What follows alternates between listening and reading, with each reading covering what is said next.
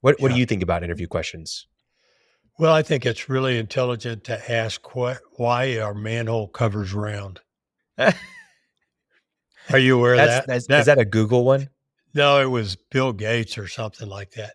But why are they round? Uh, it's got to be something about the pressure. Like if you were It's to the step only on it. shape that can't fall into the hole. Oh, Anyway, not that I knew that. I had to find out. But because anyway, if you had a square, you could turn yeah, it yeah. sideways and put it Any other shape, well, diagonally, a square is diagonally. I going to mean, be, sorry. Yeah. yeah, Yeah. Yeah. yeah. Same with triangle. Anyway, it's the only shape it won't fall into the hole. Can't can't get it fall into the hole. So Well, there you go. anyway, and your uh, the likelihood of being hired depends on a question like that. I'm going. I guess I'm SOL, man. No questions. There's a you really alluded to them. There's a book called Hiring for Attitude. It's really worth it. But referring back to hire for skill and fire for attitude, what you've done when you do that is you've hired for these skills that are subjective and you can measure and you can see, and you've ignored the attitude, which is another way to say the values. And when you have problems, the vast majority of problems are on the values attitude side. Yeah. Very seldom do you find, I mean, it's possible, but you find out that they couldn't do what you thought they could do. So there Yeah. are a whole series. That book has Hiring for Attitude has a lot, but they take the form that you were talking about.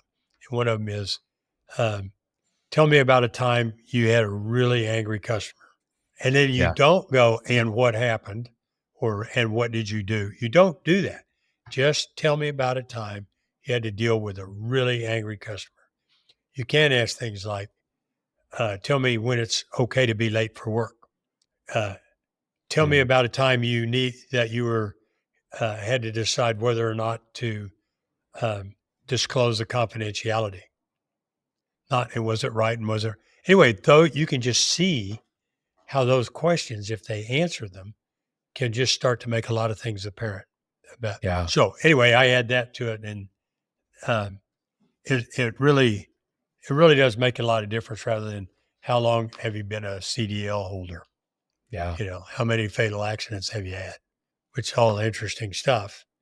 But well, man, I hate to say this in passing, but these guys have been driving trucks for 25 years They've or seen some been stuff. engineers on trains. They've seen some stuff.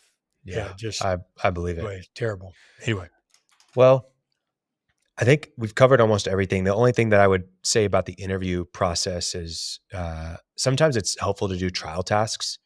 And I would say the more entry level the role, the easier it is to get those trial tasks done ahead of the interview.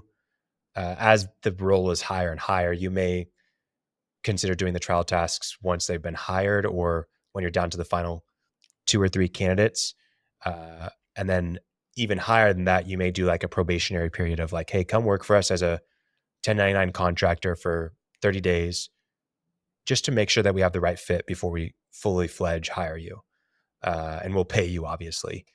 But I think doing that can really help you set yourself up for success and, avoid heartbreak and challenges and legal action and all that kind of stuff.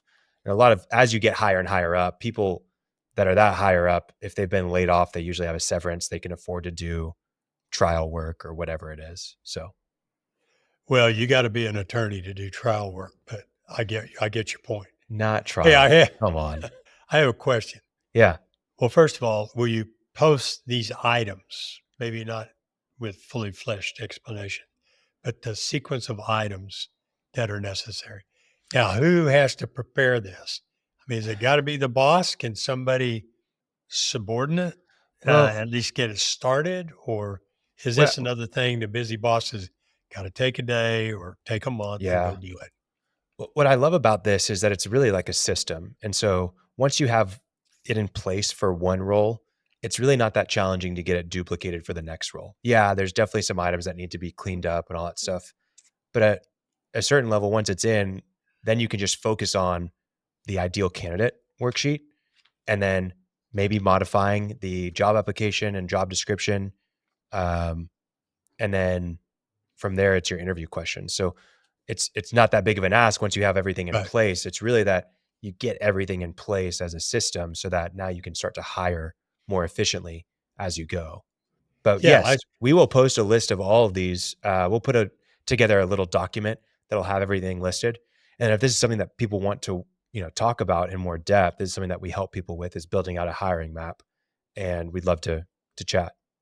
yeah. Well, yeah, I think it's hugely important. It's also not just between one job and another.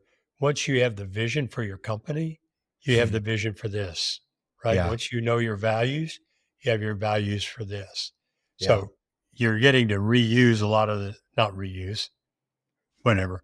Anyway, you can use it for multiple areas, having Yeah. that information done. But Well, having a plan and and having a goal and an ideal candidate is just yeah, absolutely. Well, shouldn't I think require any explanation I why think at it's the so end of the much day, better. like if this is your first hire, you probably don't need all this stuff. It would be great to have it, but you're hiring the person, you're going to work with them every day. You're their direct report, or they're your direct report. Um, you're going to have a really good feel on the interview process. And you're going to hopefully make a good decision, but you're going to feel it out. It's going to be a lot of trust your gut type stuff. Becomes an issue when you're hiring employee 5 or 6 and they're actually not going to be your direct report anymore. And they're reporting to someone else on the team. And you can't really afford to be that involved in the hiring process that much. If you have this hiring map in place, if you have a system for it, someone else can go really run the system so that then you can just show up for the qualified candidate interviews, right? And you don't have to worry about the rest of this stuff because someone else on your team can. Yep. So Yeah. So, two things I didn't mention: offer letter, have that ready ahead of time, uh, so that whenever you do go through a great interview and we're like, that person's in interview process with 3 other companies right now, and we need to get them now. Uh, you have the offer letter ready to send over, and it's not something that you're, okay, well, we'll get that put together and then we'll reach out to them, or, you still want it to be that formal thing.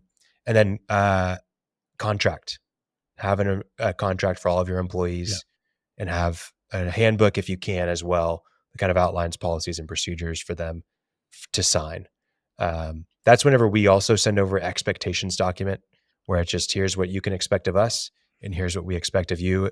That's really pulling from your core behaviors that you have for your company. And then also kind of your why work for us and what you provide. We're going to pay you every month, that kind of stuff.